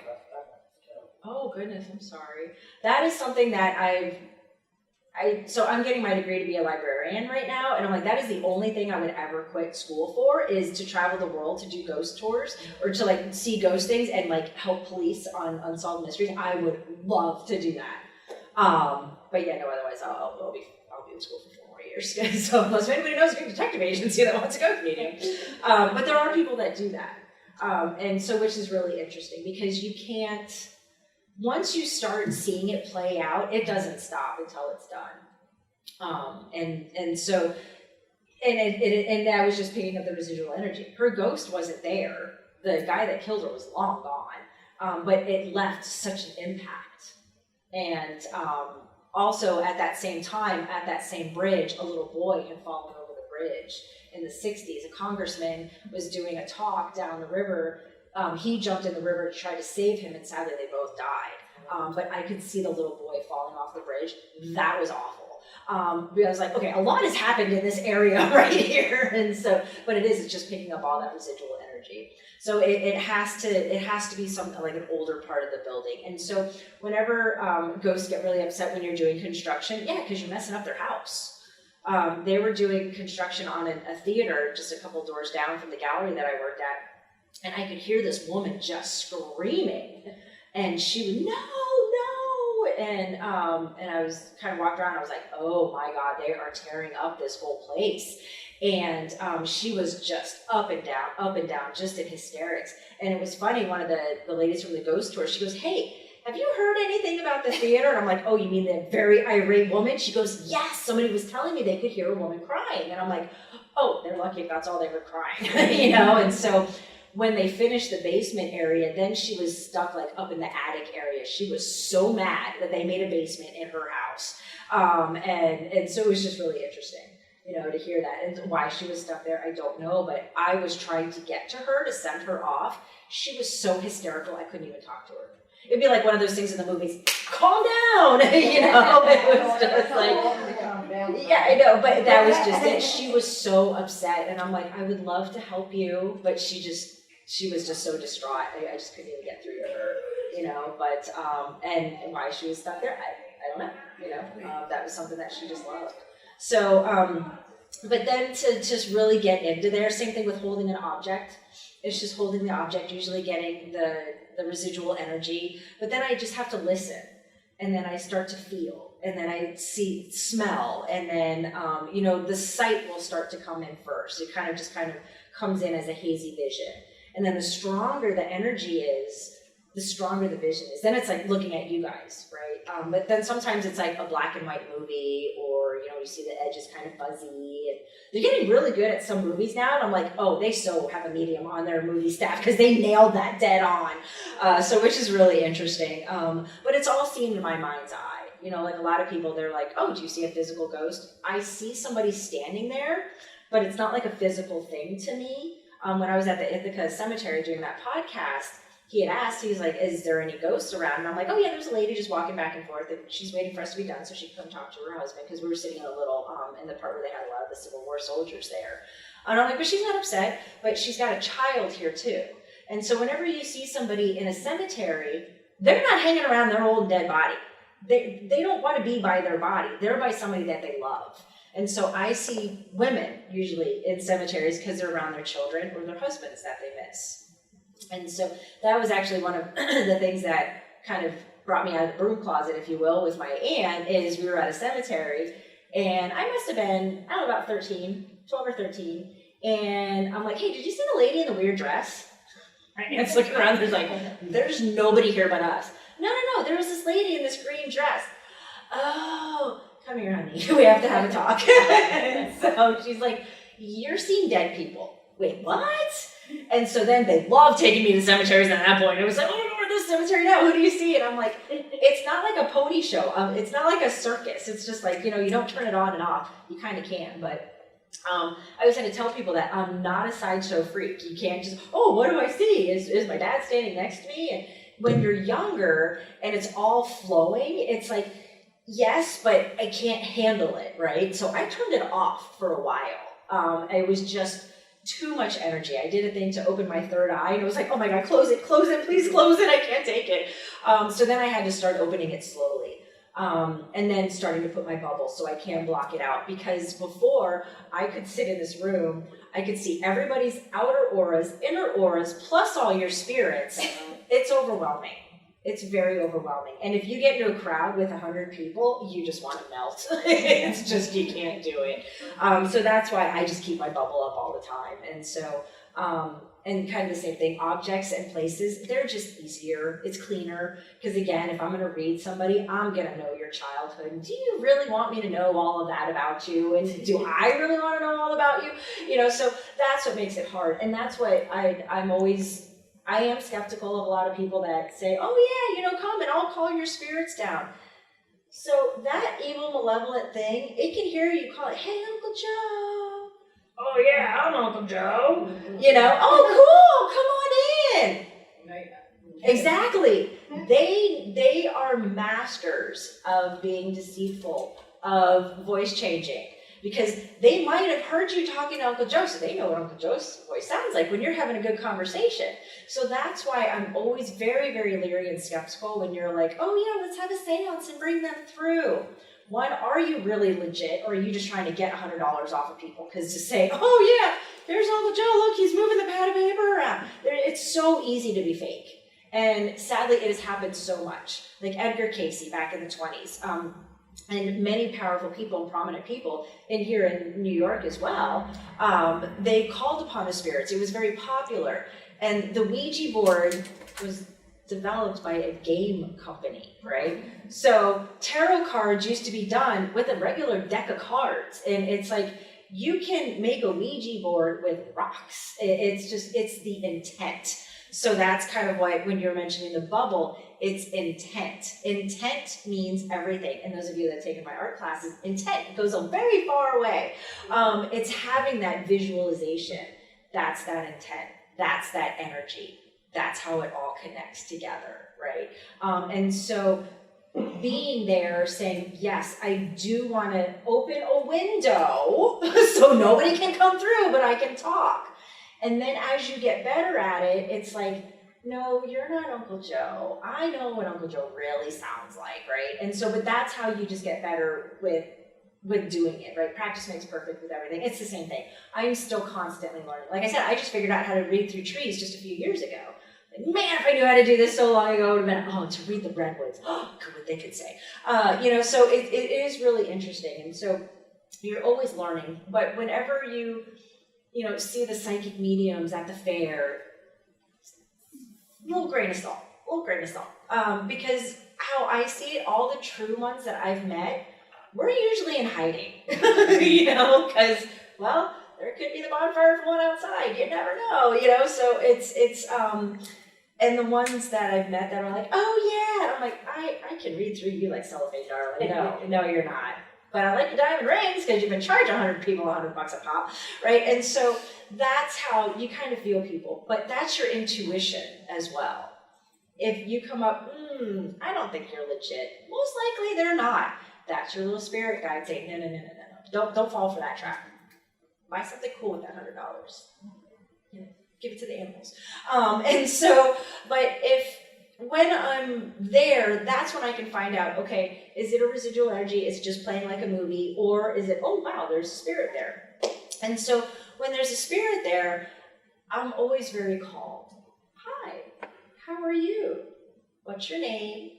Why are you here? It's having a conversation with somebody. Again, not being demanding. Show yourself. But they're there because they're there for a reason. So they're going to tell you, oh, I'm here for so-and-so. Or, oh, no, I like to be here. This is my house. Oh, okay, cool. So you just have that open conversation with them. And, they'll talk to you. Sometimes they'll talk your ear off, which is really, really interesting.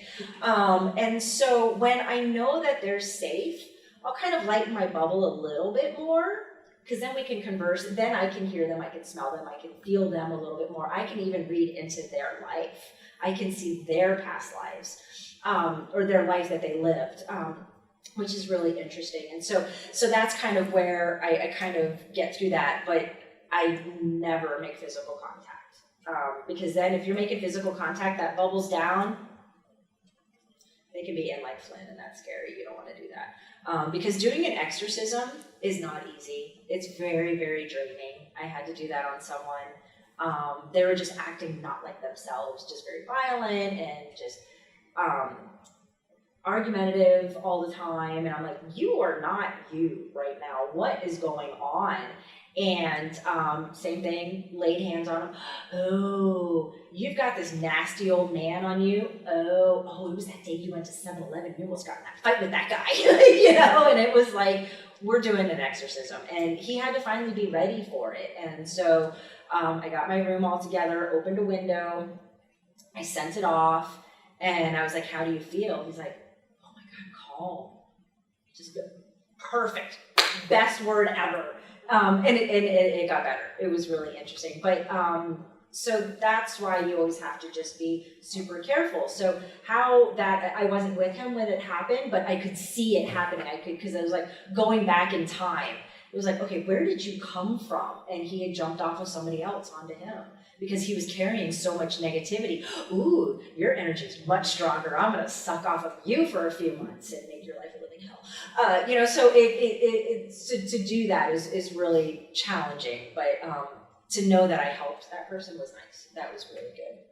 But yeah, asking gentle questions, seeing if they want to go on, and if they say yes, definitely. But I try to get as many questions answered from them first. Not just like, oh, cool, here you are. Okay, there you go. It's like, no, I want to learn. Why are you here? What's going on? Because then you learn about the history of the area as well, too, which is really good. So that was what was awesome about the Lindenwald house. That was a beautiful home. They took really good care of those patients there. They were not abused. Those nurses loved their jobs. Those people loved being there, which was really nice. Because I've been to some institutions like that. I'm like, oh, so many people were tortured here. This is awful. But it wasn't there. The only negativity I felt was after it had burned and some horrific things other people that living humans had done there. That was the only ugliness there, was from living humans, not the spirits. So that is always nice to see. But then again, you learn the history of that. And it was like, okay, because you hear, oh, it was an old folks home. And then it turned into, they kind of attached the loony bin onto the side of it, but they still took care of them. They didn't do the tray panning and all the awful things that they used to do to people. They actually took care of them. So that was really nice. What happens if they tore it down? That is something that is an excellent question. So when this church burned down, somebody had asked me here, what happened to those souls? So it took me a little bit. I had to talk to my spirit guide a few times, and I'm like, hey, what happens? So it depends on the spirit. So sometimes the spirits, if they feel like they have to be attached to that building, they'll attach to a brick, a rock, a tree, because they cannot leave. They don't want to leave there. It is so strong. But what I was told about the church, because the church burned so thoroughly, fire and water cleanse things. So if there, and I never got a chance to go into the church. I think there was maybe 1 or 2 spirits in there. They weren't malevolent at all. I want to feel like one of them might have been like a priest or a nun. I could just see like black clothes. But again, it was like they felt like they needed to be there. That was their home for a long time. They were all sent off. So from as far as I could tell, there's nobody there because the fire was so powerful. It sent them off, because fire and water are very cleansing, and those are 2 of the most powerful earth elements. You can also bury things in the ground like stones and things to help cleanse them, but yeah, the fire and the water really sends them off. So, but yeah, if they just rip down the Lindenwald house, I don't know. That's what makes me sad for them, because whoever tried to protect it, yeah, they're probably doing a good thing, but now the souls can't leave. Right? And so if I ever hear that they're going to be tearing it down, oh yeah, no, squatters be damned, I'll walk in there and I will send those poor people off. But yeah, no, that's one of those questions I'm still trying to learn the answer So it to. had to be totally burned out. Yeah, like devastated, yeah. But like a simple fire probably just wouldn't do it. Yeah, it's kind of troubling sometimes because you don't ever want a spirit stuck anywhere. It's sad to think about. The Lindenwald house? Yeah, they've been talking about it, but yeah, not yet. Yeah. With the church, when it burned, they, my husband was a fireman, so, and he had just passed, and so I went down and I was talking to the guys that I know, and it was so cold, we were like, the fire's out, why aren't you leaving it? And they said, because it could be smoldering, and if they shut off the water, it would freeze the hose, Yeah. and never get it started again. Yeah. And they were waiting for Syracuse to come down, to knock down the towers, Okay. because they didn't want that To just fall. to fall on other buildings. Yeah. So they were there for, We have some amazing pictures from up here. Yeah. Yeah, it was pretty intense. Yeah. we said, "Well, we have a brick come in." I want one. I can't reach them anymore because I put the fence up, so. I want two. And that's just it. It would have to be, like a spirit wouldn't be in, you would have to actually pick up the brick that the spirit chose to go into, because there were 5 million bricks in there. Yeah, so that's why they're probably gone. I don't feel anything from there when I go by there now. It could be a brick, it could be anywhere. It could be. They literally, whatever is near enough that the spirit had enough energy to get into. It's a lot of energy for a spirit to get into an object.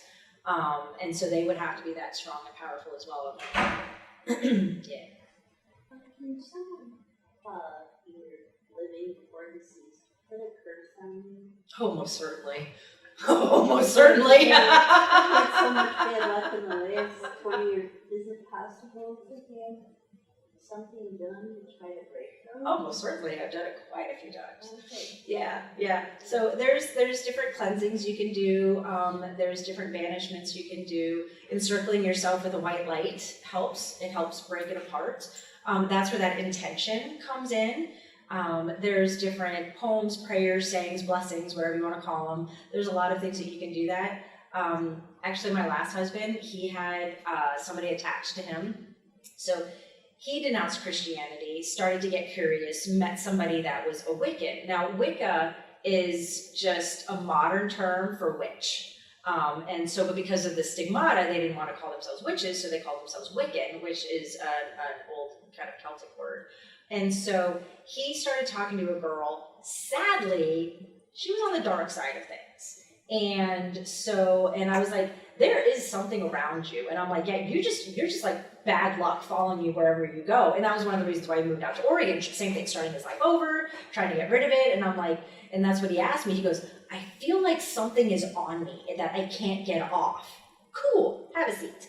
And so it was really weird because the same thing came through a vision. And I'm like, now I'm seeing you sitting on a couch with an old woman and she takes a piece of your hair.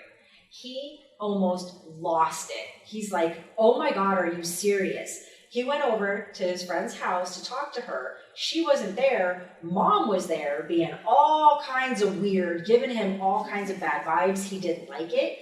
And I'm like, she's attached herself to you and she's very mad that you're not down there anymore. So I had to do a blessing to break that. She was very strong witch. And so her and I were kind of somewhere in the in-between, battling. And I'm like, it was like having a shouting conversation with a woman in the room. It was the most bizarre thing I'd ever dealt with. And I was like, what are you doing? She's like, he's mine. No, he's not. And she's like, I want his energy. And I'm like, you can't have his energy anymore. And so I had to break her bind, attach him to me with my light. It was an hour-long session. I had to eat and fall asleep. It drained me of so much energy. But I did it when he wasn't home, because it was like, you don't ever want to have an argument with somebody else in the room, right? And so he came home and I told him the whole thing, and he's like, you did that a couple of hours ago, didn't you? And I was like, yeah. And he goes, I'm at work, and he goes, suddenly I just felt warm. And he goes, I felt like there was just suddenly a light all on me. He goes, the darkness went away. And I'm like, you're welcome. And things were so much better after that point. But he has so much energy. She felt that. And when you're in that in-between stage, you're trying to find yourself. Feel like he was trying to find a new religion. You're very open. You're very perceptive because you want to learn. Well, bad people take advantage of that, and that's what she did. She was using his energy and just what he has innately for her own malevolent purposes. And so, yes, you can get that off, and you can get it off yourself as well with just saying intentions, just encircling yourself with light. I send it back to whoever, because I'm sorry, if you're going to be that gross and nasty and want to put a curse on me, I'm going to send it back to you 30-fold. Oh, you like the darkness? Here, you can have your own darkness back. And that's what I did to her. And when I said 30-fold, she whimpered. And so I was like, yeah, you pissed off the wrong witch. So, and that's what I do, is I just send it back to them. And like, if I read about toxic people in the news, you know what? You're sending out this much negativity to so many people. I send it back to you 30-fold. If something makes me upset that I read, I send it back to them 30-fold. And so, bad things have happened, I will say. Coincidence, I don't know. Some guy did something so outrageously horrible, I sent it back to him and he died of a heart attack 2 days later. That it's like, wow, sorry karma. But it was like, you must have made a lot of people mad because it wasn't just me. I can't do that. I hope I can't do that. But that's just it. I sent, just get it off of you. Just surround yourself with light. If there's any negativity attached to me, God, goddess, cosmos, ether, spirit guide, take it away. And I'll send it into I usually send it into the ether. I will send it into a tree. I'll send it into the water, anything natural, right? Walking in the grass barefoot, amazing. We'll do amazing things. And so if I'm ever really bogged down and I don't know what it is, when I tell people I'm a tree hugger, I am literally a tree hugger. You get so much beautiful energy from trees because they can take it from you and send it back in the earth with a flutter of their leaves and it's gone.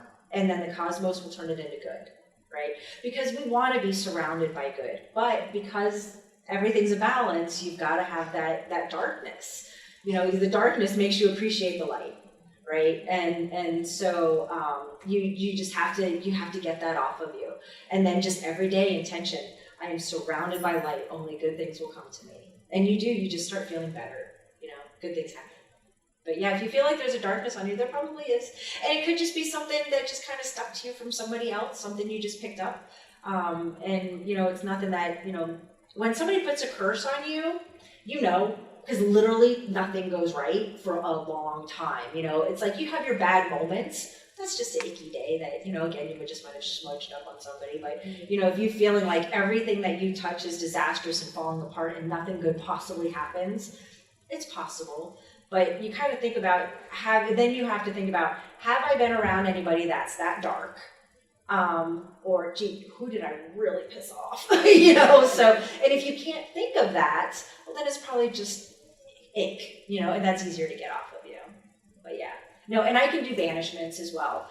So if somebody truly does need help, I will do that for a person.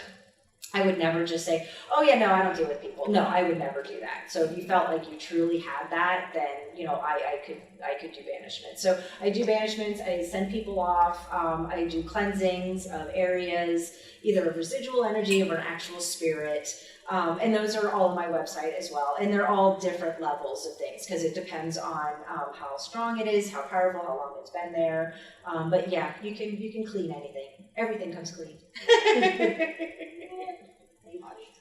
Just dunk yourself in the river a few times. Cool for that right now. Yes, it is. Yeah. Can you feel the spiritual part as a separate entity from yourself? Yes.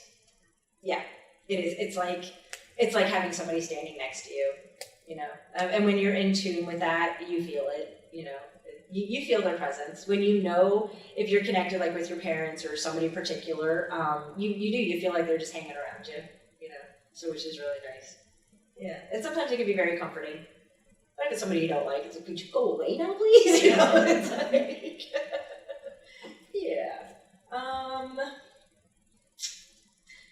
So yeah, but I'll cleanse somebody if they need to. I'll banish it. If it's a negative person, I don't even ask. I just send them off. You're dark. You're gross. You're going away. You know, and sometimes they fight you. A lot of times they don't. Once it's clean, then I'll put a protection on it so nothing else can attach itself to it. You just kind of protect it and clean it. Again, just putting that little bubble around things, which is really good. You know, I'll bless the spirits before I send them on. You know, just safe travels. You know, because you're still going through a tunnel. You know, just safe travels. And just kind of wish everybody well. You know, enjoy seeing all your friends. You know, which is really fun.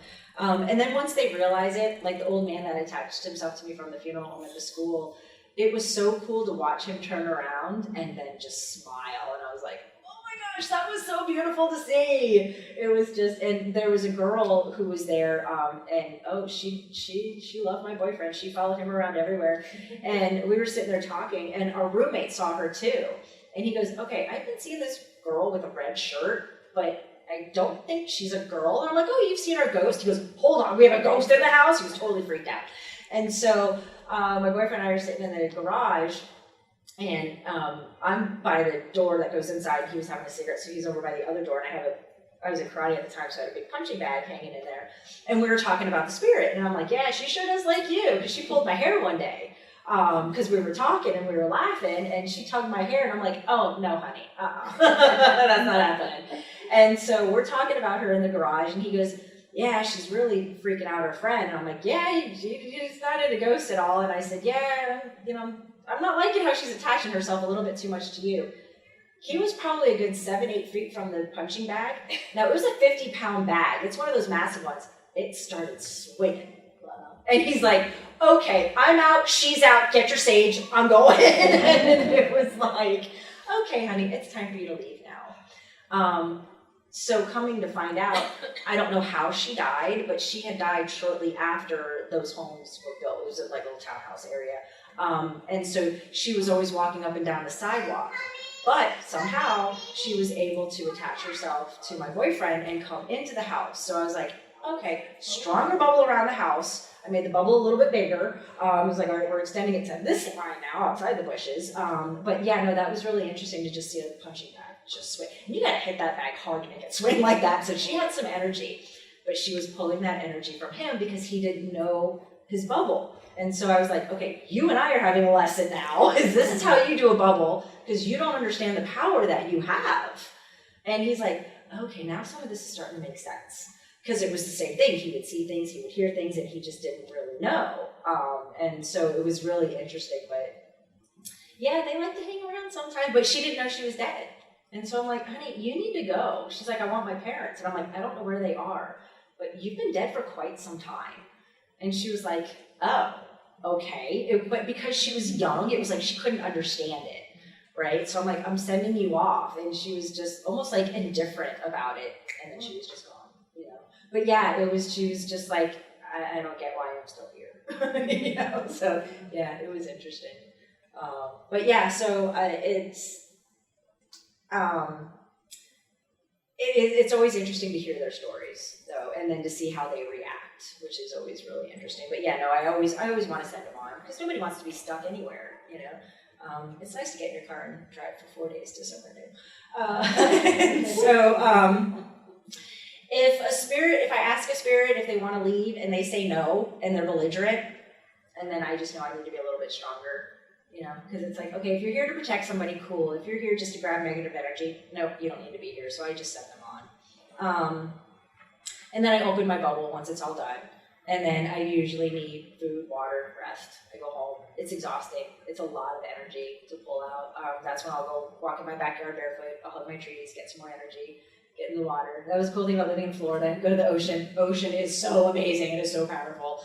But water is probably the most powerful thing because it's always renewing. It's always regenerating. It's coming from a natural source, going to a natural source. So water is a great way to cleanse yourself. For empaths, a shower at the end of the day. I take a boiling hot shower. My skin probably hates me, but it's I gotta wash that day off sometimes. And the worse the day, the hotter the water is, the longer I stand in there. But that's your cleansing, and that's what you kind of do. And so that's just kind of what just gives you a respite, just a little recharge, if you will. That's it. Any more questions? Well, thank you so much for being here. I appreciate all of you just wanting to be interested in this. Definitely check out my website if you have an object or a place you want a reading on, or if you feel like you just need some help with anything. I'm definitely here. Feel free to check out my book. It's on Amazon. I have the little code there too. And again, it's a vampire story, but it is tied in with past life regression and just trying to be a good human. But yeah, thank you so much. I appreciate everybody being here and interested. Well, have a blessed rest of your day.